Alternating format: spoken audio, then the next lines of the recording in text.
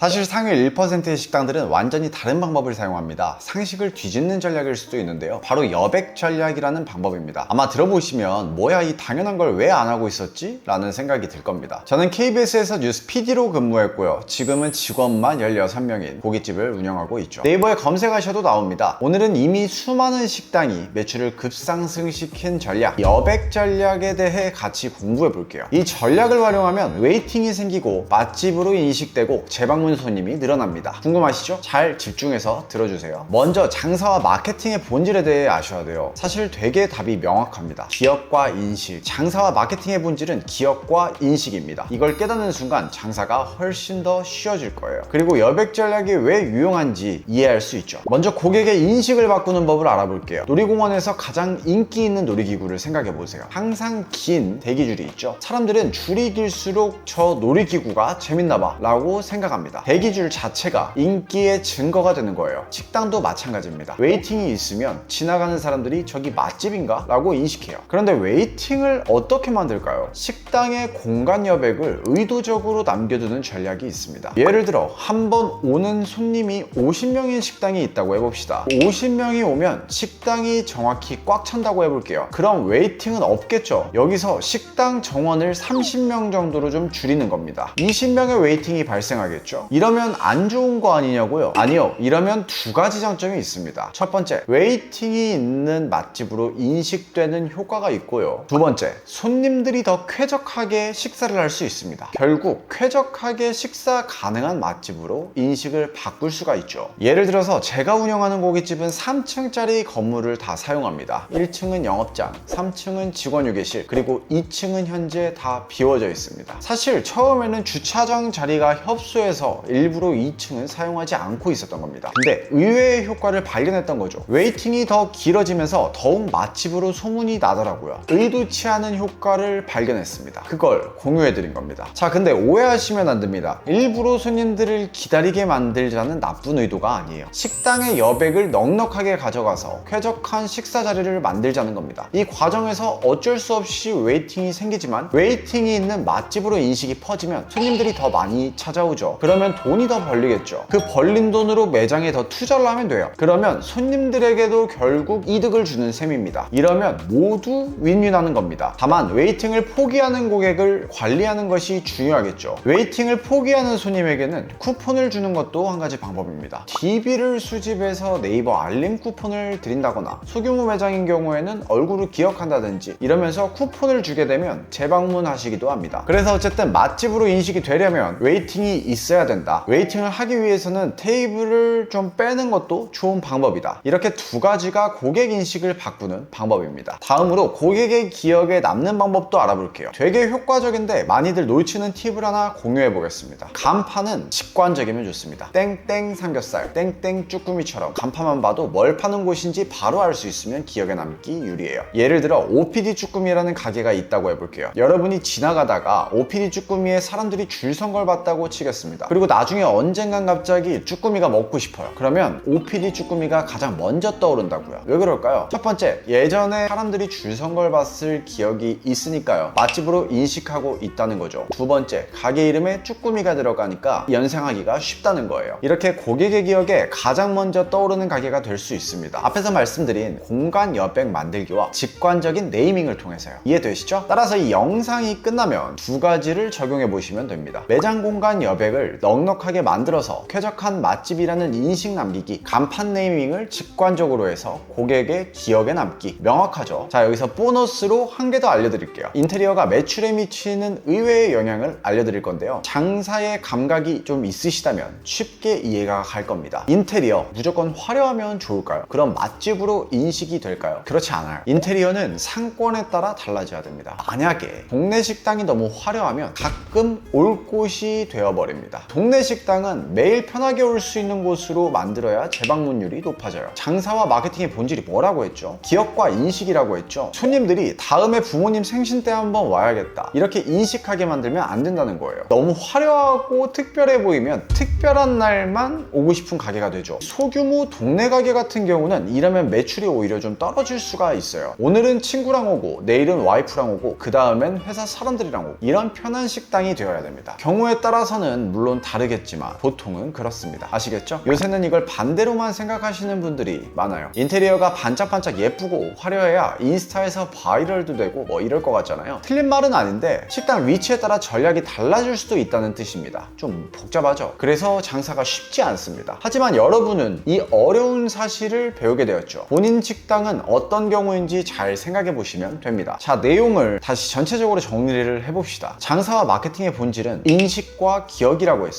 첫 번째, 우리 가게의 인식을 맛집으로 바꾸는 법. 공간 여백을 넉넉하게 만든다. 웨이팅은 좀 생기지만 매장 안이 쾌적해지는 효과가 있다고 했죠. 따라서 웨이팅이 있는 쾌적한 맛집으로 인식이 될 확률이 높아진다고 했습니다. 두 번째, 우리 가게를 사람들 기억에 남기는 법. 가게 이름을 좀 직관적으로 짓는다. 그리고 보너스로 동네 식당 꿀팁에 대해서도 공유해 보았습니다. 특별한 날에 올 만한 곳이 아니라 편안하게 언제든 올 수 있는 곳으로 인식되는 게 더 유리하다고 했습니다. 제가 빡세게 공부하고 조사하고 경험해본 내용을 공유해 보았습니다. 그걸 여러분은 짧은 시간 안에 다 듣고 이해하신 거죠. 그럼 어떻게 하겠어요? 당장 실천하고 매출을 올리러 가시면 됩니다. 적용하기 그렇게 어렵진 않을 거예요. 잘하실 수 있죠? 다음에도 장사에 도움되는 엄청난 꿀팁으로 영상을 찍겠습니다. 기대해 주시면 됩니다. 시청해 주셔서 감사합니다.